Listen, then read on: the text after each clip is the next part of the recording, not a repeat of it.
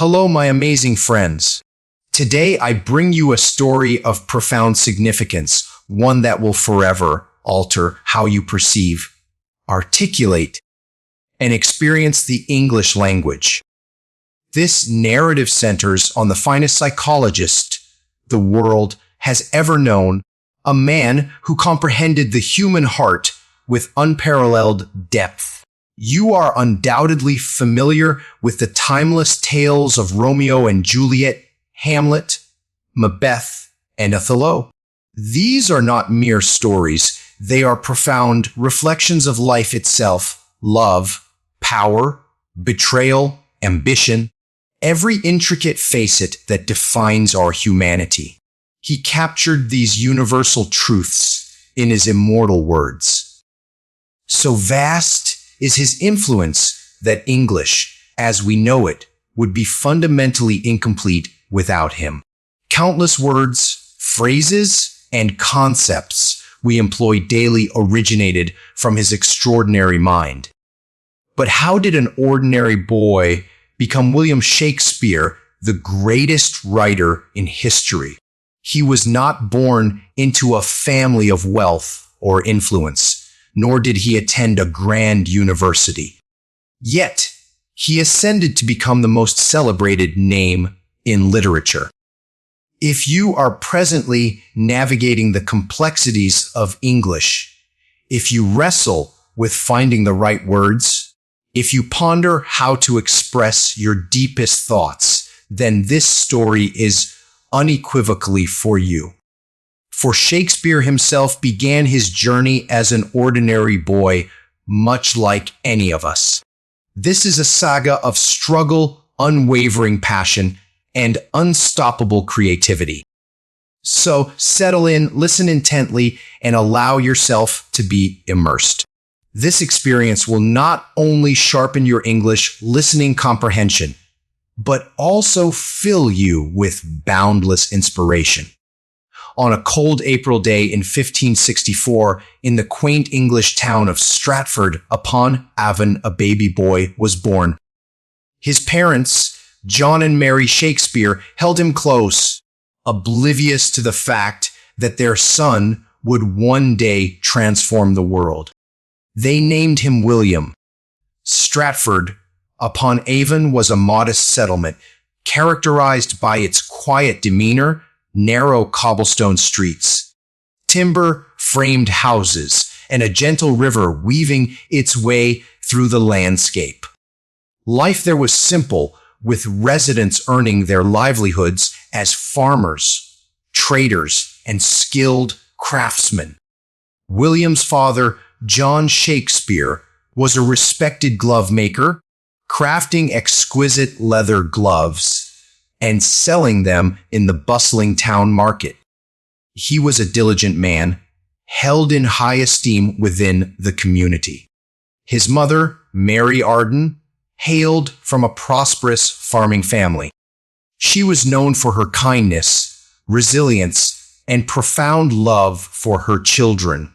William was the third of 8 children, and their home was perpetually vibrant with laughter, chatter, and the rhythmic sounds of daily life. But young William possessed a unique quality. He was exceptionally curious. He observed everything around him with keen interest, the nuances of human speech, the expressions of joy and sorrow. Though he did not yet comprehend its significance, this innate curiosity would one day forge him into the greatest playwright of all time. In those bygone days, the absence of televisions, phones, or the internet meant that people found entertainment in storytelling. Traveling actors would periodically visit the town, staging plays in the streets. Young William would watch, utterly mesmerized, his eyes wide with excitement. He devoured old legends, folk tales, and heroic narratives from history, each story fueling the fires of his burgeoning imagination. At the age of 7, William commenced his schooling. The school itself was a small, unpretentious building furnished with wooden benches and overseen by a strict teacher. Yet, the knowledge he acquired there would irrevocably shape his destiny. He delved into Latin, history, poetry, and literature. Latin, the language of scholars, became a subject in which young William excelled. He immersed himself in the grand narratives of ancient Rome and Greece, discovering the works of literary titans like Ovid, Plutarch, and Virgil. Their words resonated deeply within him, planting the seeds for his future plays. However, William was not solely a bookworm. He harbored a profound affection for nature, often wandering through verdant fields, observing the rivers flow, and listening to the melodies of birds. He engaged in boisterous play with his friends, raced through the streets, and savored life with the carefree abandon of any other boy. Nevertheless, an undeniable force stirred within him a deep, insatiable hunger for words, for stories, and for meaning. Just as life appeared to settle into a normal rhythm, adversity struck. William's father, once a reputable businessman, began to encounter severe financial difficulties. He had borrowed money for his ventures, but circumstances turned unfavorable. Consequently, the family's financial resources dwindled, leading to challenging times. There were even days when securing enough food became a struggle. William witnessed the stress etched on his father's face, the worry discernible in his mother's voice. He learned that life was inherently uncertain. Yet, instead of succumbing to despair, he observed every detail, feeling every emotion with profound intensity. He came to understand that life is an intricate tapestry of ups and downs, a theme he would later weave into the fabric of his plays. Even as a child, William possessed a distinctive aptitude for language. He would spontaneously compose short poems and rhymes, delighting in acting, assuming various roles, and entertaining his friends with captivating stories. But no one in Stratford-upon-Avon could have foreseen that this young boy would one day author the most celebrated plays in the world.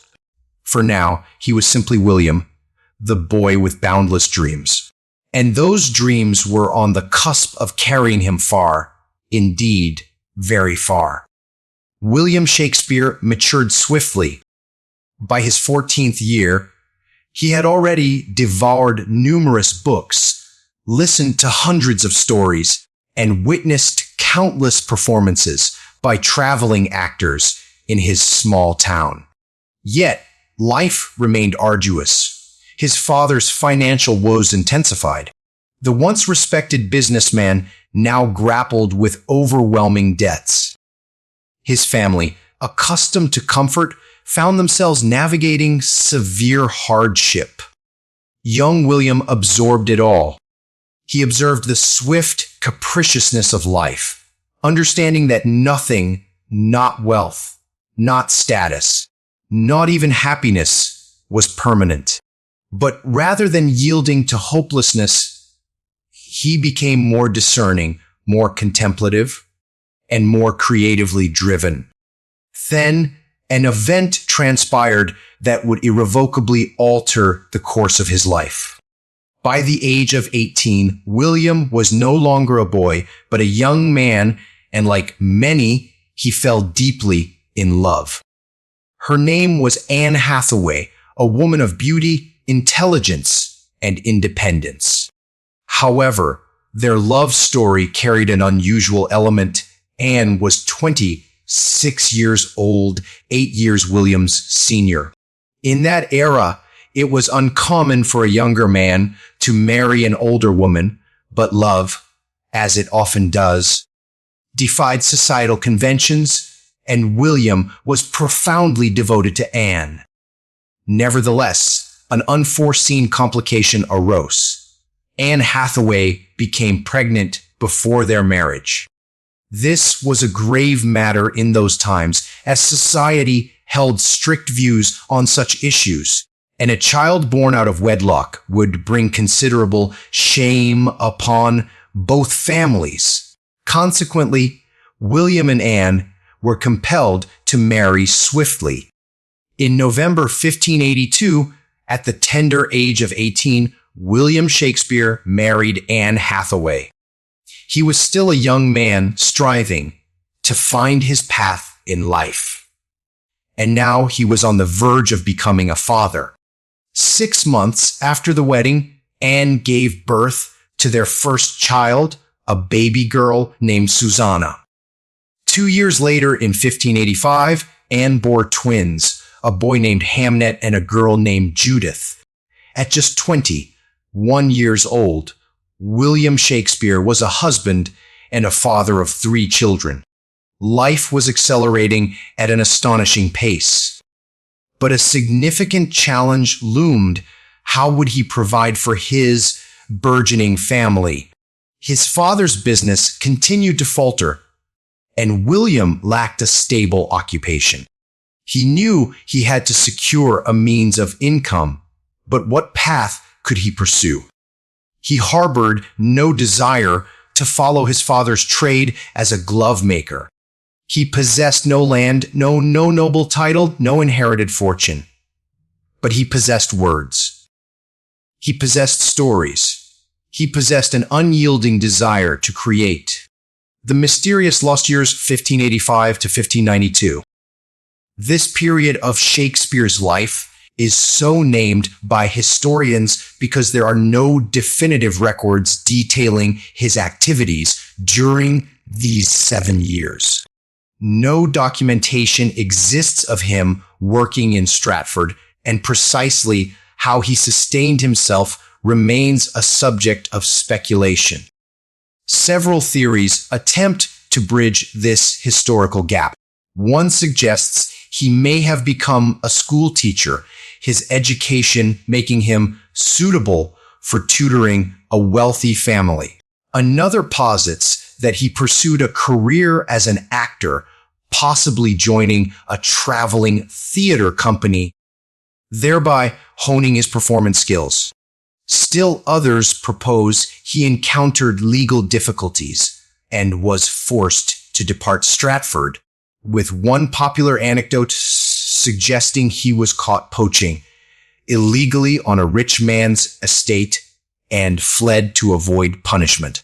Whatever the ultimate truth, one fact is undeniable. By the time Shakespeare re-emerged into historical records in 1592, he was no longer merely a boy from a small town. He was in London, poised to conquer the world. London in the late 1500s was a city pulsating with energy, ambition, and boundless opportunity. It served as the vibrant epicenter of England's theatrical landscape, teeming with actors, writers, and poets, all fiercely competing to establish their reputations. Shakespeare arrived in this bustling metropolis devoid of money, connections, or prior experience. Yet, he possessed something far more potent: exceptional talent, unyielding determination, and an indomitable passion for the art of storytelling. He commenced his career as an actor within smaller theater groups, meticulously observing every detail, the intricacies of human speech, movement, and emotional expression. Before long, he began to compose his own plays. Initially, he crafted simple, entertaining works designed to evoke laughter.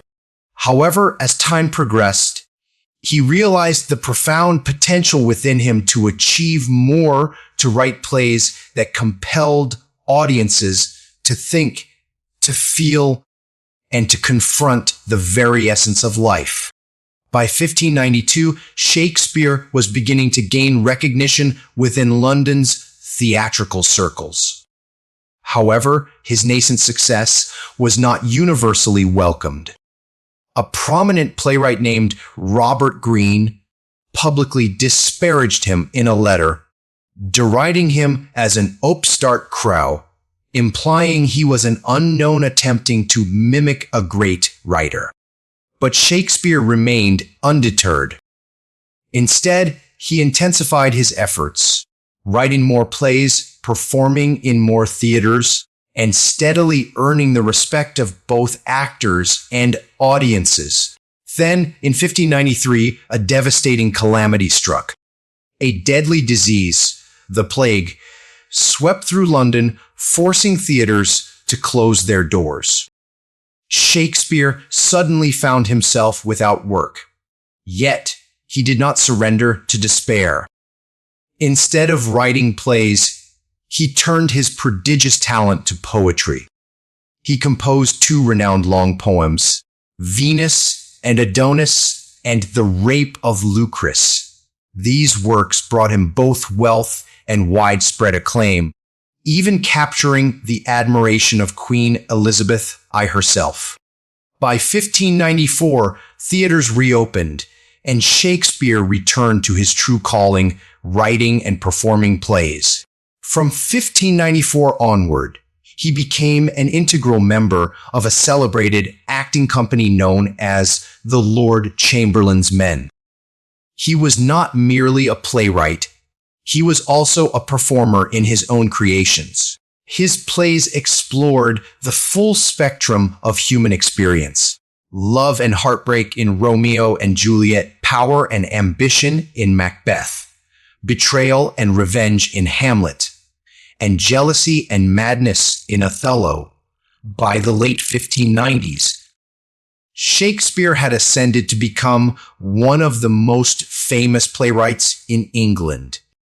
But his ambition knew no bounds. He yearned for greater success, more profound influence, and more masterpieces that would eternally withstand the test of time. And he achieved precisely that. In 1599, a truly extraordinary event unfolded. Shakespeare and his acting troupe, the Lord Chamberlain's Men, embarked on the ambitious project of constructing their own theater. They christened it the Globe Theater. Imagine the spectacle: a colossal circular theater with an open roof, thousands of eager spectators vying for a glimpse. The stage poised to host some of the greatest dramatic works ever conceived. This was Shakespeare's sanctuary, his dream realized, his artistic kingdom. At the Globe, he unveiled his most magnificent creations: Hamlet, a profound exploration of revenge, madness, and fate; a Macbeth, a chilling narrative of power, ambition, and guilt; Othello, a tragic saga of love and jealousy; and Julius Caesar, a political drama steeped in betrayal. These plays transcended mere entertainment. They were potent narratives that compelled audiences to contemplate, to feel, and to question the very fabric of existence. Soon, Shakespeare's unparalleled success brought him wealth beyond his wildest imaginings. By the early 1600s, he was not only a celebrated writer, but also one of the wealthiest playwrights in England. He held shares in the Globe Theatre, which provided him with a substantial income every time a play was performed. He earned revenue from his published plays and poems, which were sold throughout England. He enjoyed royal patronage, signifying that both the king and queen admired his work. He acquired multiple properties, including a magnificent house in Stratford named New Place. At a time when most playwrights struggled to survive, Shakespeare enjoyed a life of comfort and affluence. But fame and fortune alone were not enough for him. He aspired to something even grander. In 1603, a historic transition altered everything. Queen Elizabeth I, a steadfast supporter of Shakespeare, passed away. Her successor was King James I. Initially, uncertainty loomed regarding the new king's appreciation for theater, or whether he might even decree the permanent closure of all playhouses. However, Shakespeare had no cause for concern. King James held his work in high esteem.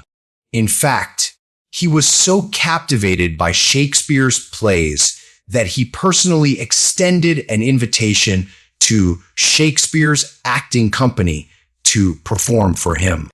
Then, something truly incredible occurred. King James bestowed a royal title upon Shakespeare's company, renaming them the King's Men.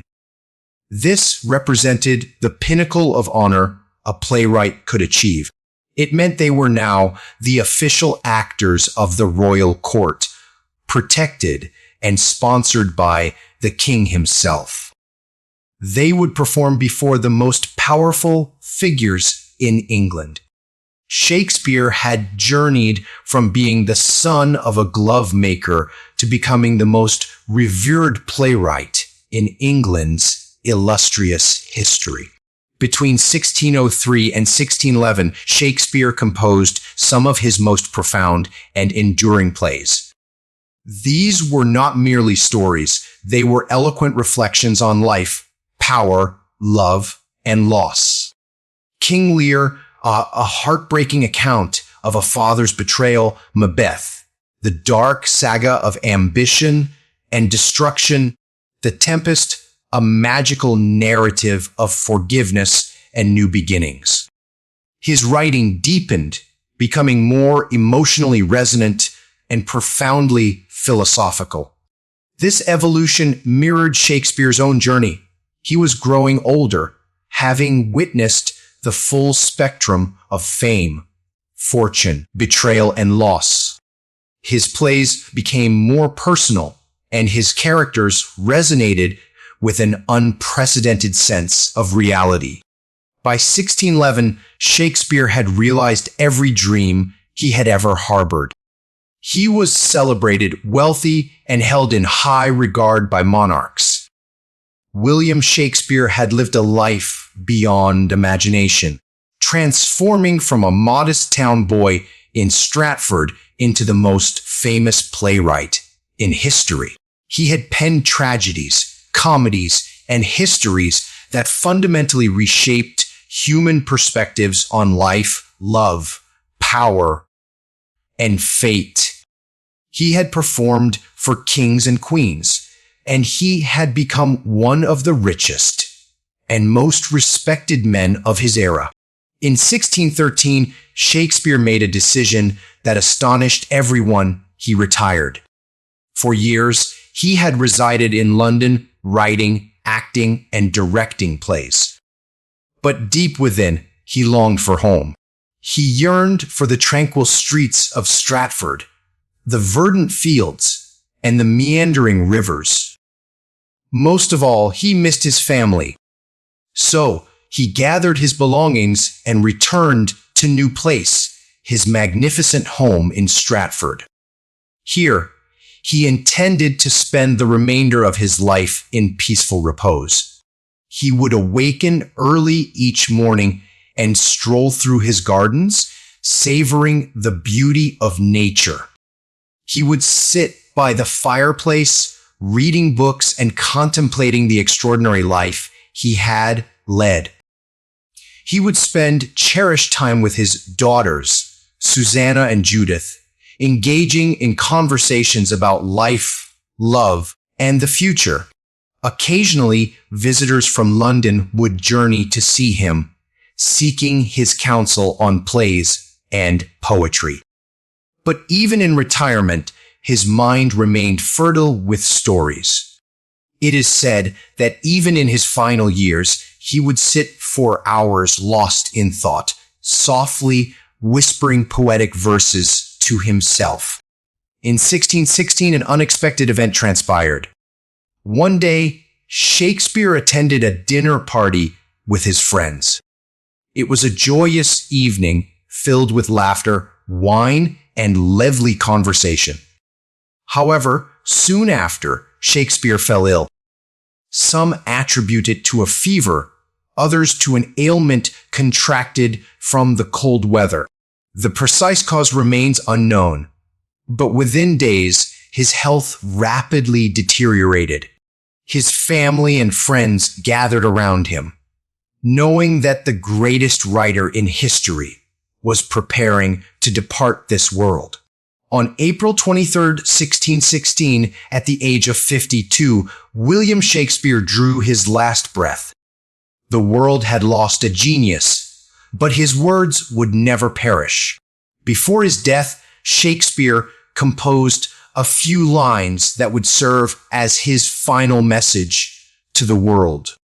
He foresaw that after his passing, people might attempt to disturb his grave. Therefore, he wrote an epitaph, a brief poem warning anyone who dared to desecrate his resting place.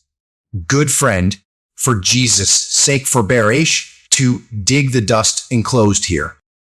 The blessed be the man that spares these stones, and cursed be he that moves my bones.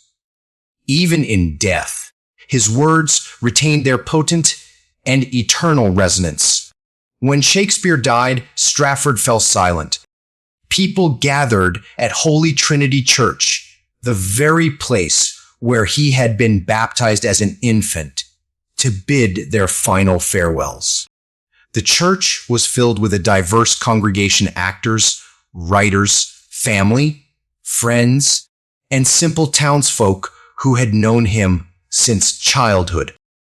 Tears flowed, prayers were softly whispered, and his body was laid to rest in the very town where he had been born.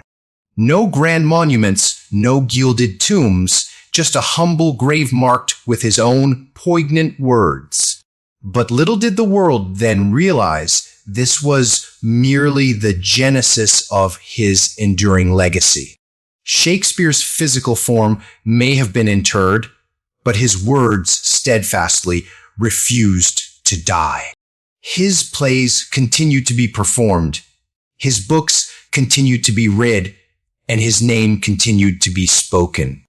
Years passed, then decades, then centuries, and yet Shakespeare remained vibrantly alive in the hearts and minds of people across the globe.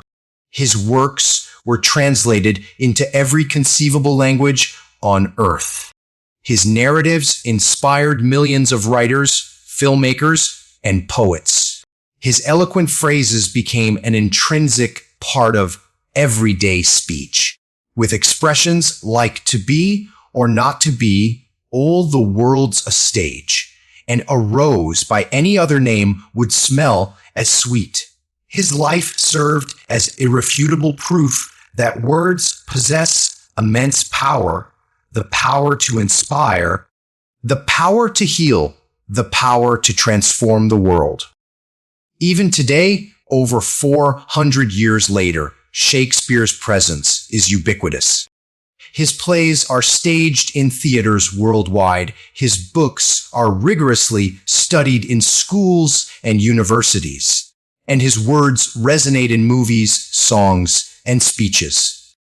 This enduring relevance stems from Shakespeare's unparalleled understanding of human nature. He wrote about love, betrayal, ambition, jealousy, fate, and dreams, themes to which every human being can profoundly relate. He illuminated how love can be exquisitely beautiful yet tragically destructive, as in Romeo and Juliet. How power can corrupt even the noblest hearts, as in Macbeth. How betrayal can emanate from those closest to us, as in Julius Caesar. How life is an enigma of uncertainty and mystery, as in Hamlet. His stories serve as timeless reminders of who we are and who we have the potential to become. If Shakespeare were alive today, he would undoubtedly convey one paramount message to you: dream expansively. Narrate your own story. Never cease to believe in your inherent capabilities. For he was merely a boy from the small town of Stratford who dared to envision a life beyond the ordinary. And today, his name is indelibly inscribed in the annals of history, forever remembered. William Shakespeare's life may have concluded, but his story will never end. And now, his legacy rests in your hands. His words are yours to read, to learn, and to share with the world. My amazing friends, you harbor a dream, do you not? Perhaps you aspire to be a writer, an actor, a speaker, a leader, a creator, someone who leaves an indelible mark upon this world. But sometimes fear paralyzes you. People cast doubts upon your abilities. You feel the urge to relinquish your aspirations. Allow me to impart a potent truth today. William Shakespeare was precisely like you. He was born in a humble town. He lacked a wealthy family. He had no influential connections. No one initially believed he would achieve fame. But he possessed one crucial element: a dream. And that dream transformed the world. Now, it is your turn. A fire burns within you. You possess a story that demands to be told. You have a voice that truly matters. Do not permit fear to impede your progress. Do not allow others to tell you that you cannot achieve your goals. Because the truth is, you can. You are more resilient than you perceive yourself to be. You are greater than you believe. You are but one step away from irrevocably changing your life. So, my friends, never cease pursuing your dream. Commence today. Labor diligently. Never surrender. And one day, just like Shakespeare, your name will be eternally remembered. Now, if this narrative has ignited even a spark of inspiration within you, then please like this video so I know you felt the profound power of this message. Comment below and share your dream. Let us inspire one another. Subscribe and activate the bell icon, for we are embarked on a collective journey of learning, growing, and becoming unstoppable together. My amazing friends, your future eagerly awaits you. Go forth and make history. And always remember, it is not in the stars to hold our destiny, but in ourselves. William Shakespeare. And perhaps, just perhaps, you are the next great storyteller the world is waiting for. I will see you in the next video. Stay inspired, stay unstoppable,